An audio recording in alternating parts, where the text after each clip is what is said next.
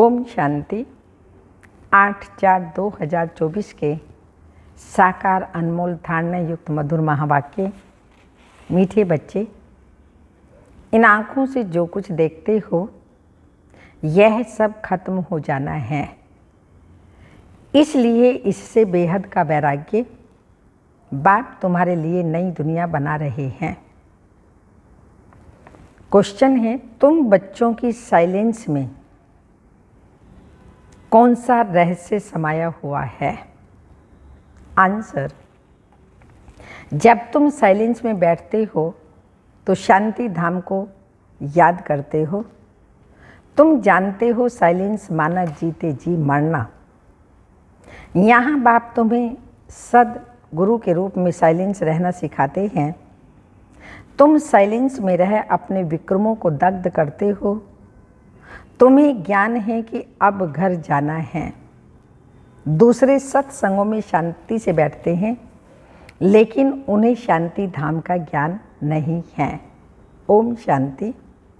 मीठे मीठे सिक्की लदे रूहानी बच्चों प्रति रूहानी शिव बाबा बोल रहे हैं। गीता में है श्री कृष्ण बोले, लेकिन है शिव बाबा बोले। श्री कृष्ण को बाबा नहीं कह सकते।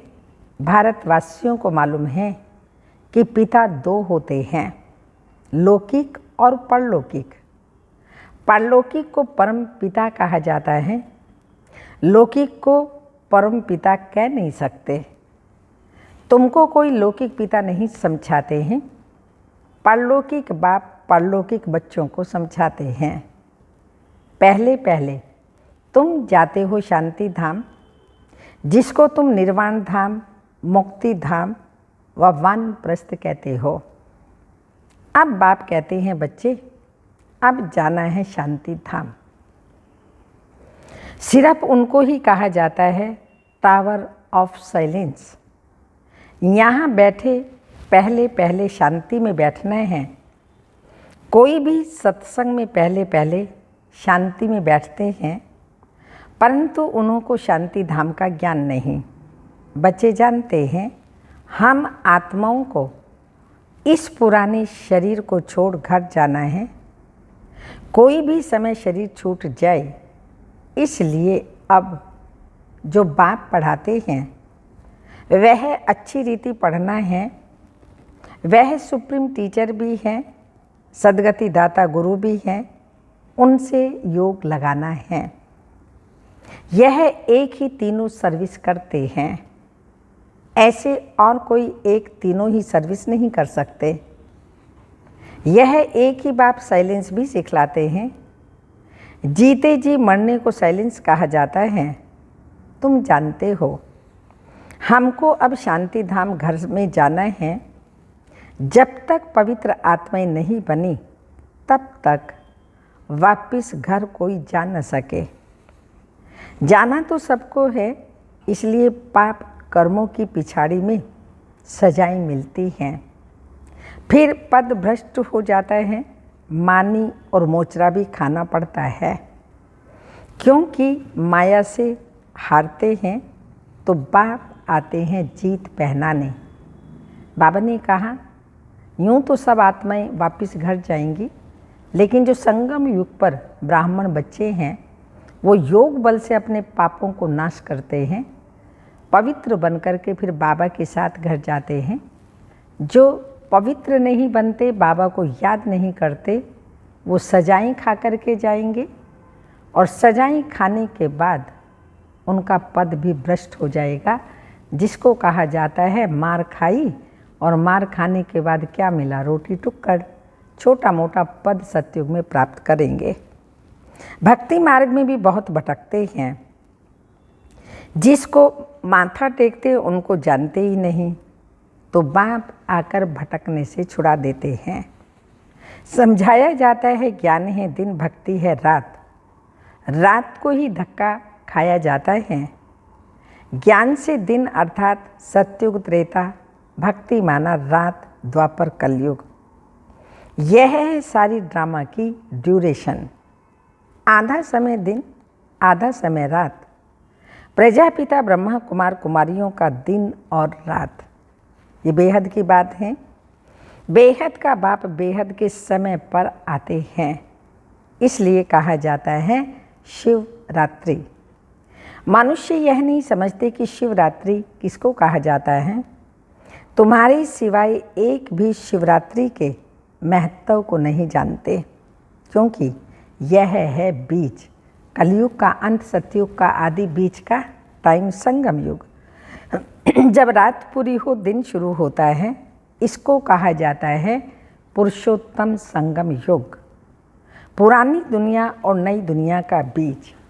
तो बाप आते हैं पुरुषोत्तम संगम युगे, ऐसे नहीं युगे युगे। सतयुग त्रेता का संगम, उसे भी संगम युग कह देते हैं। बाप कहते हैं यह भी भूल है। शिव बाबा कहते हैं मुझे याद करो तो पाप विनाश होंगे। इसको योग अग्नि भी कहा जाता है। तुम सब ब्राह्मण हो, योग सिखाते हो पवित्र होने के लिए। वे ब्राह्मण लोग काम चिता पर चढ़ाते हैं। उन ब्राह्मणों और तुम ब्राह्मणों में रात दिन का फर्क है। वह है कुख वंशावली और तुम हो मुख वंशावली। हर एक बात अच्छी रीति समझने की है। यूँ तो कोई भी आते हैं उनको समझाया जाता है बेहद के बाप को याद करो तो विकर्म विनाश होंगे और बेहद के बाप का वर्षा मिलेगा। फिर जितना जितना दैवी गुण धारण करेंगे और कराएंगे उतना ऊंच पद पाएंगे। बाप आते ही हैं पतितों को पावन बनाने, तो तुमको भी यह सर्विस करनी है। पतित तो सभी हैं, गुरु लोग किसी को भी पावन कर ना सके। पतित पावन नाम शिव बाबा का है। वह आते भी यहाँ हैं जब सभी पूरे पतित बन जाते हैं। ड्रामा प्लान अनुसार तब बाप आते हैं। तो पहले पहले तो बच्चों को अलग समझाते हैं, मुझे याद करो। तुम कहते हो ना पतित पावन।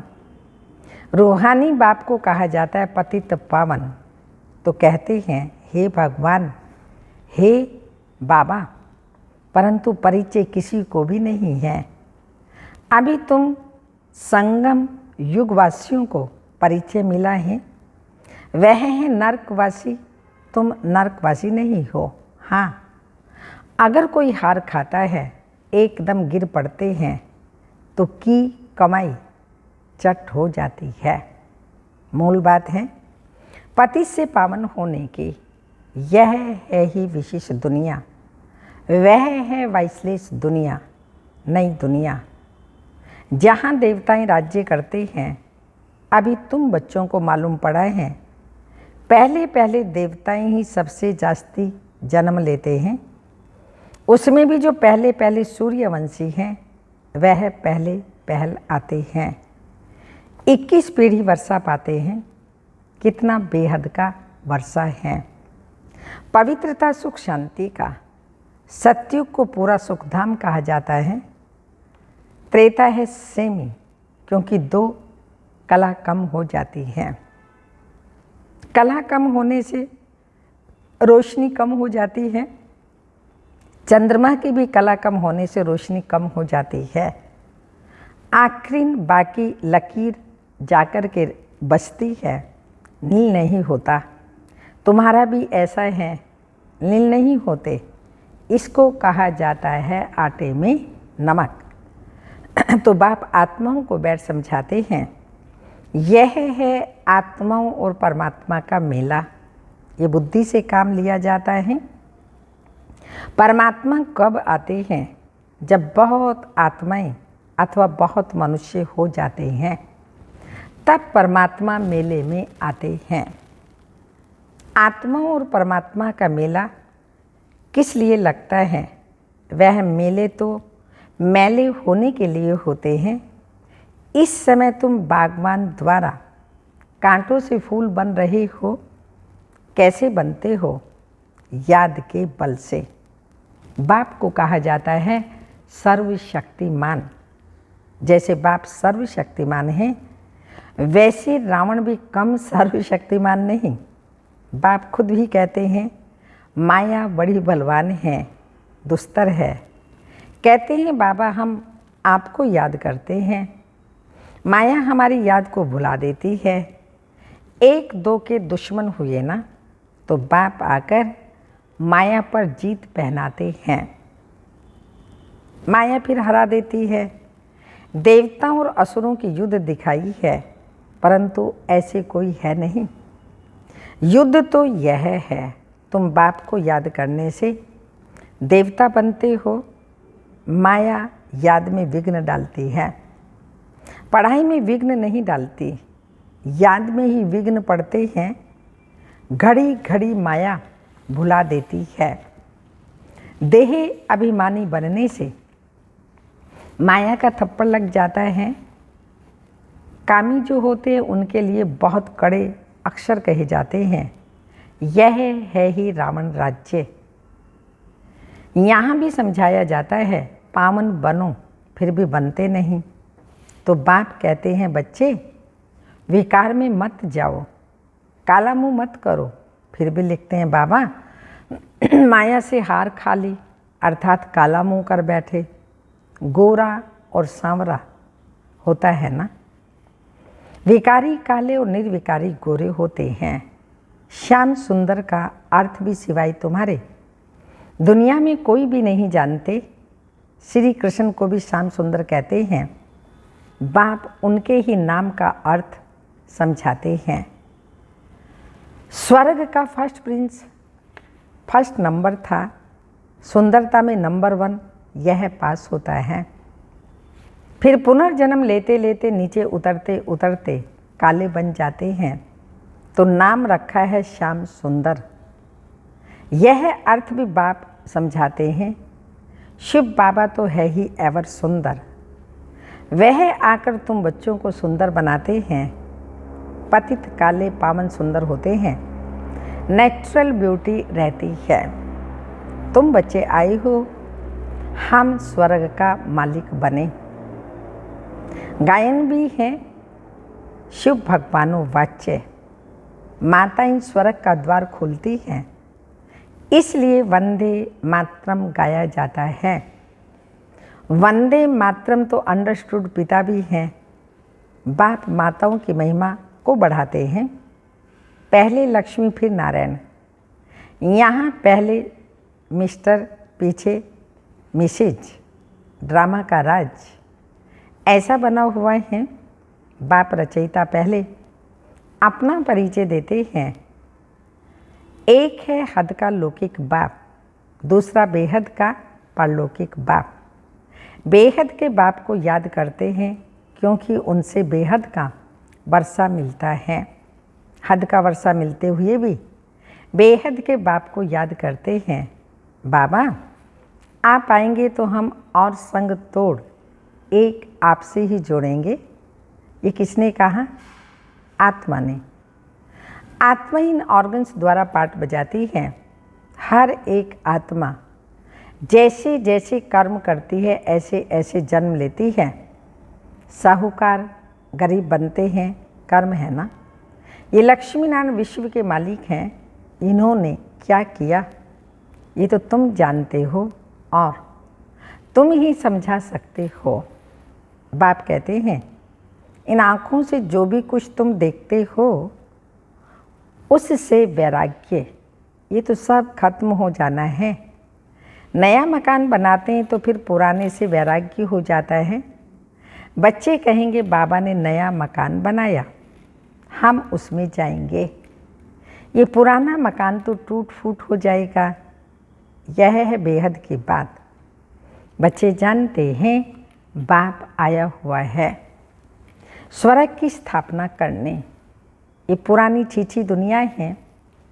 तुम बच्चे अभी त्रिमूर्ति शिव के आगे बैठे हो, तुम विजय पहनते हो। वास्तव में तुम्हारा यह त्रिमूर्ति कोट ऑफ ऑमर्स है। तुम ब्राह्मणों का यह कुल सबसे ऊंचा है, चोटी है। यह राजा स्थापन हो रही है। इस कोट ऑफ ऑमर्स को तुम ब्राह्मण ही जानते हो। शिव बाबा हमको ब्रह्मा द्वारा पढ़ाते हैं देवी देवता बनाने के लिए।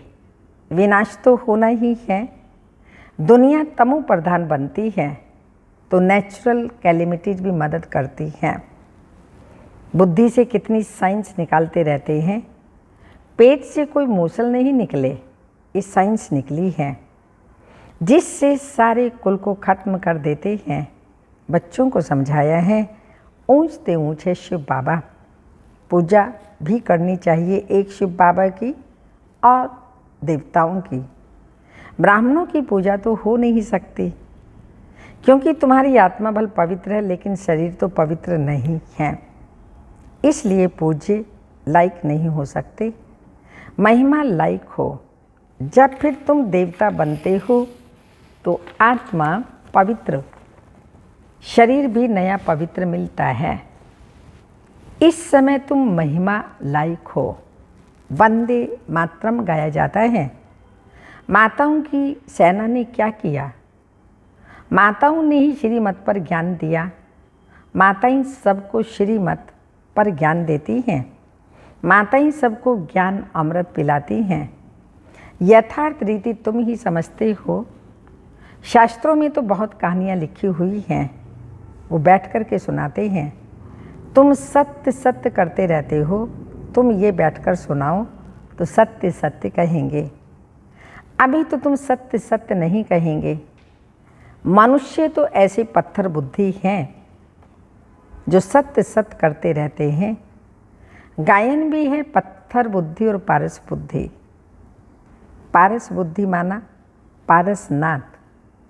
नेपाल में कहते हैं पारसनाथ का चित्र है। पारसपुरी का नाथ ये लक्ष्मी नारायण हैं, उन्हों की डिनाइस्टी है। अब मूल बात है रचयिता और रचना के राज को जानना, जिनके लिए ऋषि मुनि भी नेति नेति करते गए। अभी तुम बाप द्वारा सब कुछ जानते हो अर्थात आस्तिक बनते हो। माया रावण नास्तिक बनाती है। अच्छा, मीठे मीठे सिक्के लदे बच्चों प्रति माता पिता बाप दादा का याद प्यार। Good morning diamond morning. रूहानी बाप की रूहानी बच्चों को नमस्ते। हम रूहानी बच्चों की रूहानी माता पिता बाप दादा को याद प्यार। Good morning diamond morning. ओम नमस्ते। धारणा के लिए मुख्य सार हैं। सदा स्मृति रहे कि हम ब्रह्मा मुखवंशावली ब्राह्मण हैं। हमारा सबसे उच्च कुल है। हमें पवित्र बनना और बनाना है। पतित पावन बाप का मददगार बनना है। सेकंड पॉइंट, याद में कभी सब गफलत नहीं करना। देही अभिमान के कारण ही माया याद में विघ्न डालती है, इसलिए पहले देह अभिमान को छोड़ना है। योग अग्नि द्वारा पाप नाश करने हैं। वरदान, साधनों की प्रवृत्ति में रहते कमल फूल समान न्यारे और प्यारे रहने वाले बेहद के वैरागी भव। स्पष्टीकरण, साधन मिले हैं तो उन्हें बड़े दिल से यूज करो। ये साधन ही आपके लिए हैं, लेकिन साधना को मर्ज नहीं करो, पूरा बैलेंस हो। साधन बुरे नहीं, साधना तो आपके कर्म का योग का फल है, लेकिन साधन की प्रवृत्ति में रहते कमल पुष्प समान न्यारे और बाप के प्यारे बनो। यूज करते हुए उन्हों के प्रभाव में नहीं आओ। साधनों में बेहद की वैराग वृत्ति मर्ज ना हो। पहले स्वयं में इसे इमर्ज करो, फिर विश्व के वायुमंडल में फैलाओ। स्लोगन, परेशान हो अपनी शान में स्थित, परेशान को अपनी शान में स्थित कर देना ही सबसे अच्छी सेवा है। परेशान को अपनी शान में स्थित कर देना ही सबसे अच्छी सेवा है। अव्यक्त इशारा, मन में जब कोई संकल्प उत्पन्न होता है तो उसमें सच्चाई और सफाई चाहिए। अंदर में कोई भी भाव स्वभाव पुरानी संस्कार व विक्रमों का किचड़ा नहीं हो। जो ऐसी सफाई वाला होगा वही सच्चा होगा, और जो सच्चा होगा वह सबका प्रिय होगा। जहाँ सच्चा होगा उसमें सबसे पहले वह प्रभु प्रिय होगा। सबका प्रिय माना सबसे पहले प्रभु प्रिय होगा, फिर दैवी परिवार का प्रिय होगा, संस्कारों की टक्कर से बच जाएगा। ओम शांति।